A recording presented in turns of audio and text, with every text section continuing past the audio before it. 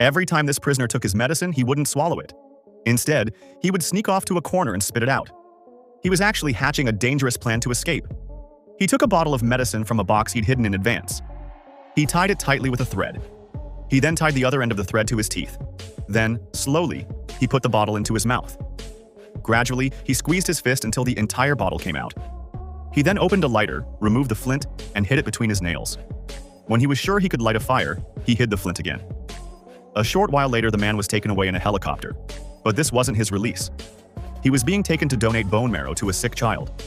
In reality, the child's wealthy father had hired a man to have him killed. All preparations for the surgery were complete. Now, the man was only to be brought to the hospital.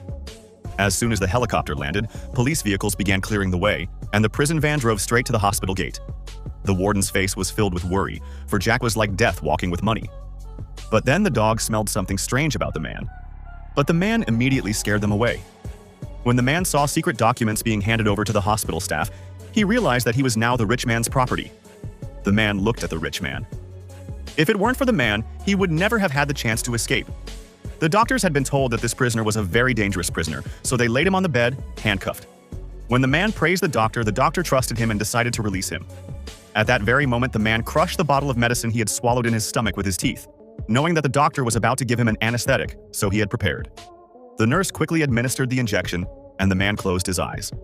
Meanwhile, the little boy was waiting for a bone marrow transplant.